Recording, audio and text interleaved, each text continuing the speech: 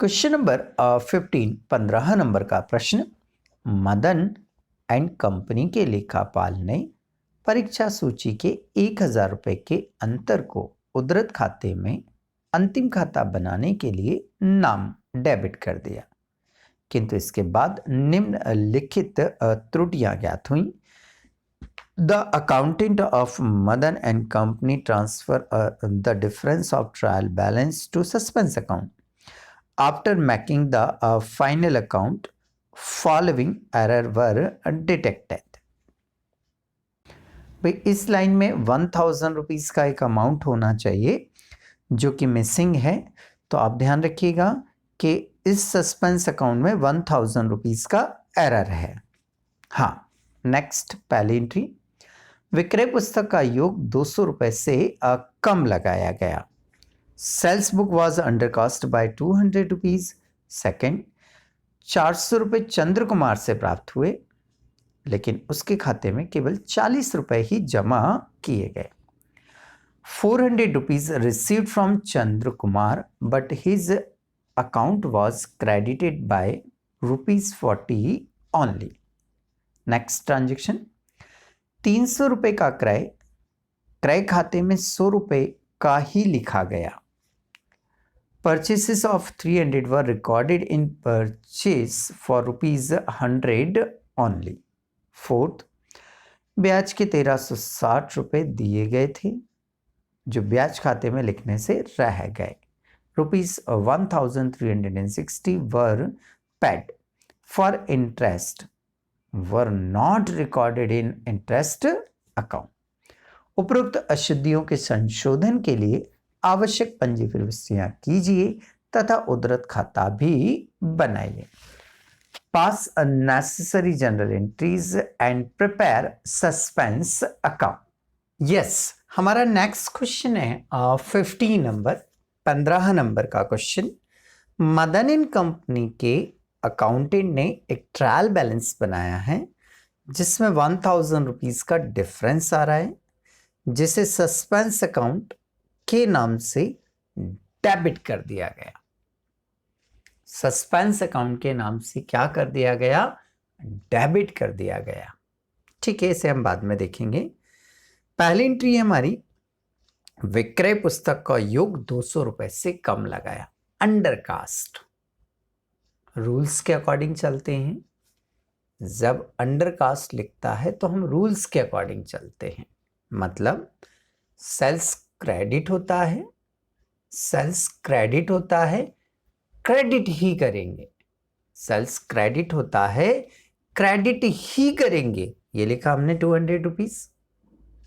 ठीक है, अब डेबिट में लिखने लायक कुछ भी नहीं मेरे पास, तो फिर कौन से अकाउंट को ओपन करूंगा मैं? Suspense account. तो ये डेबिट किया मैंने, suspense account debit 200 rupees. Narration बनेगा being rectify entry for sales. पहली एंट्री कंप्लीट। दूसरी एंट्री, उसने लिखा है 400 रुपीज़ चंद्र कुमार से प्राप्त हुए। चंद्र कुमार से प्राप्त हुए। दुकान में कैश बढ़ेगा और देने वाला कौन है? चंद्र कुमार। दुकान में कैश बढ़ेगा और देने वाला कौन है? चंद्र कुमार है। तो कैश डेबिट हो जाएगा और चंद्र कुमार क्रेडिट हो जाएगा। और कैश तो हम लिखते ही नहीं है, चंद्र कुमार क्रेडिट होगा। तो ये लिखा हमने टू चंद्र कुमार 400 रुपीज़। ये करेक्ट एंट्री है हमारी। ये हमारी कौन सी एंट्री है? Correct entry. हमें ये करनी चाहिए थी। क्या हो गई गलती से? उसके खाते में केवल 40 रुपीज़ ही क्रेडिट किए। ओके, तो ये 40 रुपीज़ क्रेडिट कर दिए हमने। जो सही है वो 400 ऐसे के ऐसी क्रेडिट हो जाएगा। 400 रुपये चंद्र कुमार ऐसे के ऐसे क्या हो जाएगा? क्रेडिट हो जाएगा। और जो चंद्र कुमार, ये चंद्र कुमार जो क्रेडिट है ये रिवर्स हो जाएगा। ये क्या हो जाएगा? ये यहाँ क्रेडिट है तो यहाँ क्या हो जाएगा? डेबिट हो जाएगा।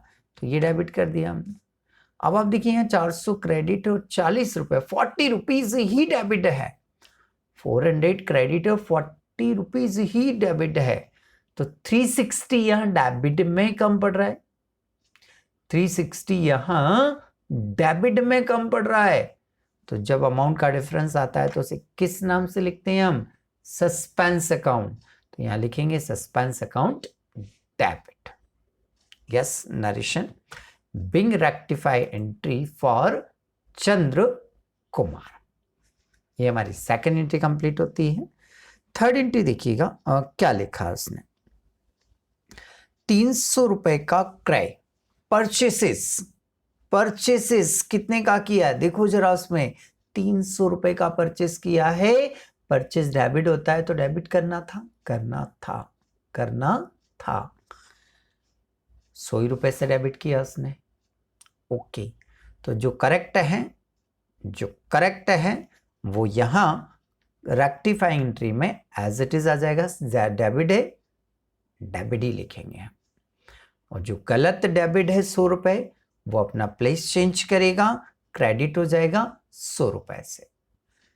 डिफरेंस जो आएगा सस्पेंस के नाम से लिखेंगे 200 रुपीज। 300 में से 300 में से 100 लेस करेंगे तो कितना आ जाएगा आपका?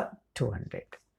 नरेशन आएगी being rectify entry for purchases. तो ये हमारी थर्ड एंट्री कंप्लीट हुई। नेक्स्ट फोर्थ, ब्याज के 1360 रुपए हमने दिए हैं, इंटरेस्ट दे रहे हैं आप, तो एक्सपेंसेस हुआ। इंटरेस्ट डेबिट होगा और कैश क्रेडिट होगा। एक्सपेंसेस हुआ, डेबिट होगा इंटरेस्ट, मतलब मुझे इंटरेस्ट को क्या करना था? डेबिट करना था 1360 से। इंटरेस्ट को क्या करना था? डेबिट करना था 1360 से। कैश की बात नहीं कर रहे हैं, हमें कैश नहीं लिखा मैंने यहां पर, है ना। अब उससे मिस्टेक क्या हुई? ब्याज खाते में लिखने से रह गए, हमने यहां लिखा ही नहीं, और लिखा नहीं तो वो तो गलत एंट्री हो गई ना। चलिए, ये जो करेक्ट है इसको एज इट इज यहां लिखेंगे हम, ये जो करेक्ट है उसको एज इट इज यहां लिखेंगे, और सस्पेंस के नाम से इसको क्या करेंगे? क्रेडिट कर देंगे। नरेशन आएगी being rectify entry for interest. Clear? तो यहां आकर ये जनरल एंट्री वाला जो पोर्शन है वो कंप्लीट होता है। उसने क्वेश्चन में लिखा हुआ है कि आप सस्पेंस अकाउंट भी बनाइए, लास्ट में पढ़िए आप, उसने लिखा है उद्धृत खाता भी क्या करिए आप? बनाइए। ठीक है भाई, अब उद्धृत खाता कैसे बनाएंगे? सस्पेंस अकाउंट कैसे बनाया जाएगा? आइए सबसे पहले हम फॉर्मेट कॉलम की बात करते हैं। तो ऊपर हम लिखेंगे डेबिट, इस साइड में क्रेडिट, बीच में suspense account, date particular amount, date particular और अमाउंट। सबसे पहले इसका बैलेंस बुक में दे के रखता है, कभी कभी बैलेंस क्वेश्चन में दे के गिवन रहता है। देखिए इस क्वेश्चन में उसने लिखा हुआ है कि ट्रायल बैलेंस में 1000 रुपीज का डेबिट बैलेंस है। ट्रायल बैलेंस में डेबिट साइड में उसने लिखा है, तो हमें सस्पेंस अकाउंट के भी कहां लिखना पड़ेगा? डेबिट साइड में। हमें सस्पेंस अकाउंट के भी कहां लिखना पड़ेगा? डेबिट साइड में लिखना पड़ेगा। तो यहां लिखेंगे हम to balance BD 1000 rupees. Debit बोला ना उसने, कौन सा बैलेंस बोला उसने? डेबिट बैलेंस बोला, तो डेबिट में लिखेंगे ना टू बैलेंस BD 1000 रुपीज। ठीक है, ये तो मैंने बैलेंस लिख लिया। अब बाकी मुझे यहां जो जनरल एंट्री मैंने रेक्टिफाइंग वाली जनरल एंट्री की ना, वहां से ट्रांजेक्शन्स को देख देख कर यहां नोट करना है। चलिए समझते हैं। सस्पेंस के नाम को आपको ध्यान देना है। कौन से नाम को? सस्पेंस। तो सस्पेंस यहां क्या दिख रहा है? डेबिट। सस्पेंस यहां कहां दिख रहा है? डेबिट। तो सस्पेंस के कहां लिखेंगे आप? डेबिट साइड में। ये सस्पेंस डेबिट है ना, तो आपने कहां लिखना है? डेबिट साइड में। अब सस्पेंस अकाउंट में बताओ, सस्पेंस का नाम लिख सकते हैं क्या? बोले सर नहीं लिख सकते। सस्पेंस अकाउंट में सस्पेंस का नाम लिख सकते हैं क्या? नहीं लिख सकते हैं। तो फिर क्या लिखना पड़ेगा हमें? इस डेबिट साइड में क्या लिखना पड़ेगा? 2 सेल्स। तो यहां लिख देंगे हम 2 सेल्स, 200 रुपीज। अमाउंट हमेशा सस्पेंस के सामने वाली आएगी, अमाउंट हमेशा सस्पेंस के सामने वाली आएगी। तो सस्पेंस के सामने जो अमाउंट है वो 200 है, तो यहां भी अमाउंट कितना आएगा? 200। ओके, नेक्स्ट एंट्री, यहां भी सस्पेंस डेबिट है 360 से, यहां भी सस्पेंस डेबिट है 360 से, तो ये भी कहां आएगा? मेरे डेबिट साइड में आएगा, बट किसके नाम से आएगा? चंद्र कुमार के नाम से आएगा। और मैंने फिर बोल रहा हूं कि जितना अमाउंट सस्पेंस के सामने होता है, जितना अमाउंट सस्पेंस के सामने होता है वही अमाउंट सस्पेंस अकाउंट में आता है। तो सस्पेंस के सामने कितना है? 360, तो हम यहां मेंशन भी कितना करेंगे? 360। तो सस्पेंस डेबिट था, मैंने डेबिट में लिख दिया। सस्पेंस के सामने अमाउंट 360 है, तो 360 लिखेंगे। चलिए, ये मेरी सेकेंड एंट्री कंप्लीट होती है। थर्ड एंट्री में देखिए सस्पेंस यहाँ क्रेडिट है, थर्ड एंट्री में सस्पेंस क्रेडिट है 200 से। जब सस्पेंस क्रेडिट है तो इसे भी कहाँ लिखेंगे हम? क्रेडिट साइड में। तो इस सस्पेंस को यहां से मैंने क्या करा? उठाया और क्रेडिट साइड में यहां पर हमने क्या कर दिया? लिख दिया। बट सस्पेंस में सस्पेंस के नाम से ना लिखते हुए किस नाम से लिखेंगे हम? परचेसेस। क्रेडिट में सस्पेंस है तो डेबिट वाले का नाम आएगा, तो डेबिट वाले का नाम क्या है? परचेसेस। अमाउंट किसकी आएगी? सस्पेंस की। अमाउंट किसकी आएगी? सस्पेंस की। तो सस्पेंस के सामने अमाउंट कितना है? 200, इसलिए हमने यहां 200 लिखा।